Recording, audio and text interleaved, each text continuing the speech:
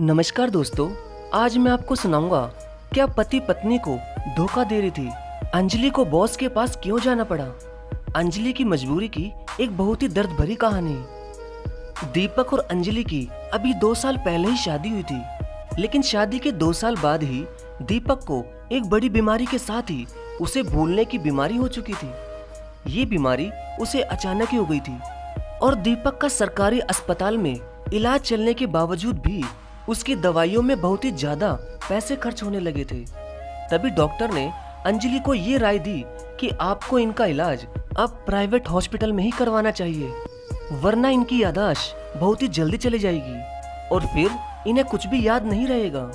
ये सब सुनकर अंजलि बहुत ही ज्यादा रोने लगी और फिर वो ये सोचने लगी कि प्राइवेट अस्पताल में दीपक को भर्ती करवाने के वो इतने पैसे कहाँ से लाएगी, क्योंकि दीपक का परिवार कोई ज्यादा पैसे वाला नहीं था। उनके माता पिता भी अब बूढ़े हो चुके थे और जब दीपक नौकरी करता था तभी उनका परिवार सही ढंग से चल पाता था, लेकिन अब तो वो भी बीमार था। अब अंजलि को कुछ भी समझ नहीं आ रहा था। तब उसने ये सोचा कि कुछ दिनों के लिए दीपक की दवाई लेकर उसे घर पर ही ले जाती हूँ, फिर बाद में भगवान कोई ना कोई रास्ता निकाल ही देगा। अब कुछ दिन बीत गए मगर अंजलि को दीपक के इलाज के लिए कहीं से भी पैसे नहीं मिल पाए और उसकी तबीयत भी अब ज्यादा खराब होने लगी थी। और दीपक ने भी अंजलि से ये कह दिया था कि अंजलि, तुम अब मुझे छोड़कर दूसरी शादी कर लो, मेरा इलाज अब इस जन्म में तो नहीं हो पाएगा और वैसे भी इतना पैसा कहाँ से आएगा कि मेरा इलाज हो जाए। इससे तो अच्छा होगा कि मैं मरी जाऊं। इतना सुनते ही अंजलि ने दीपक के होठों पर अपनी उंगलियां रख दी और आंखों में आंसू लिए वो अपने पति दीपक से ये कहने लगी कि दीपक, तुम चिंता मत करो, अब चाहे मुझे कुछ भी करना पड़े मगर मैं तुम्हारा इलाज करवा कर ही रहूंगी। ये सुनकर पति दीपक के भी आंखों में आंसू आ गए और वो भी खूब रोता हुआ अपनी पत्नी अंजलि के सीने से लिपट गया। तभी अगले ही दिन अंजलि नौकरी ढूंढने निकल गई। नौकरी के पैसों से क्या हो पाता, मगर फिर भी घर का खर्च और दीपक की दवाइयां तो आ ही सकती थी। लेकिन ये क्या, 2 दिनों तक घूमने के बाद भी अंजलि को नौकरी नहीं मिली। अब अंजलि बहुत ज्यादा उदास होकर एक बड़ी कंपनी के बाहर ही सड़क पर बैठ गई। तभी वहां उस कंपनी के मालिक की कार आकर रुकी और फिर उसके ड्राइवर ने जोर से गाड़ी का हॉर्न बजाया। तो जैसे ही कंपनी का गेट खुलते ही ड्राइवर कार को अंदर ले जाने लगा, वैसे ही उस कंपनी के मालिक ने ड्राइवर के कंधे पर हाथ रखकर उसे गाड़ी रोकने के लिए कहा, क्योंकि उस कंपनी के मालिक की नजर सीधा उस कंपनी के बाहर बैठी हुई अंजलि पर चली गई। अंजलि दिखने में बहुत ही सुंदर थी। उसके गोरे बदन पर उसका पीला सूट बहुत ही अच्छा लग रहा था और तो और शायद अंजलि ने सूट कुछ ज्यादा ही टाइट पहन रखा था, जिसकी वजह से वो अपने सूट को बार बार इधर उधर खींचकर ठीक कर रही थी।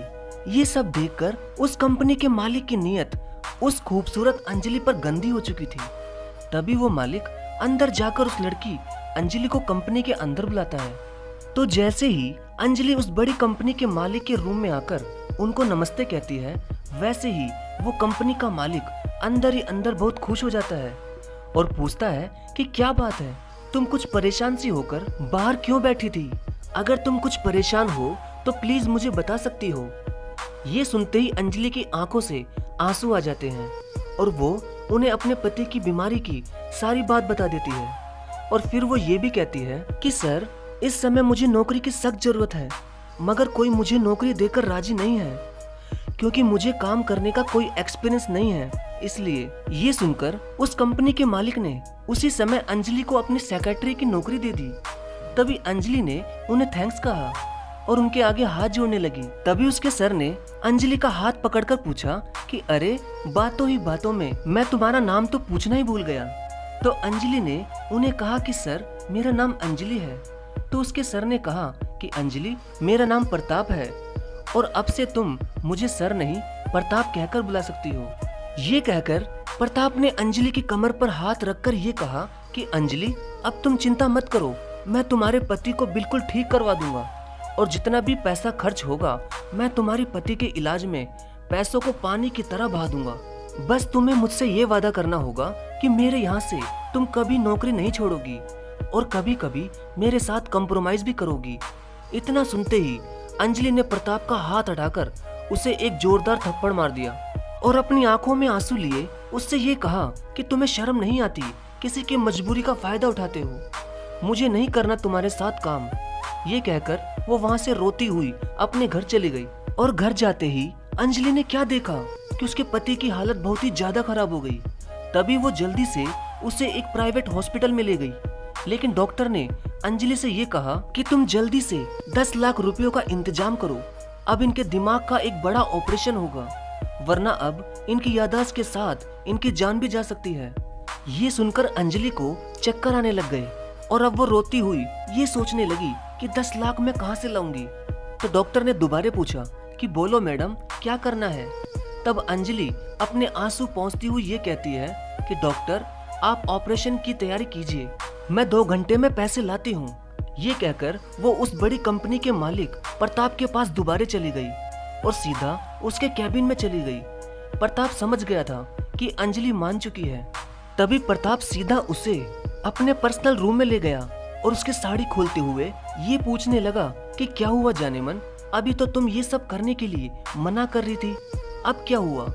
तो अंजलि ने आंखों में आंसू लिए कहा कि प्रताप सर, मुझे अभी की अभी 10 लाख रुपए चाहिए, 2 घंटे के बाद मेरे पति का ऑपरेशन है और मैं हमेशा के लिए तुम्हारी, फिर चाहे तुम मेरे साथ जो मर्जी करो, बस मेरे पति को बचा लो।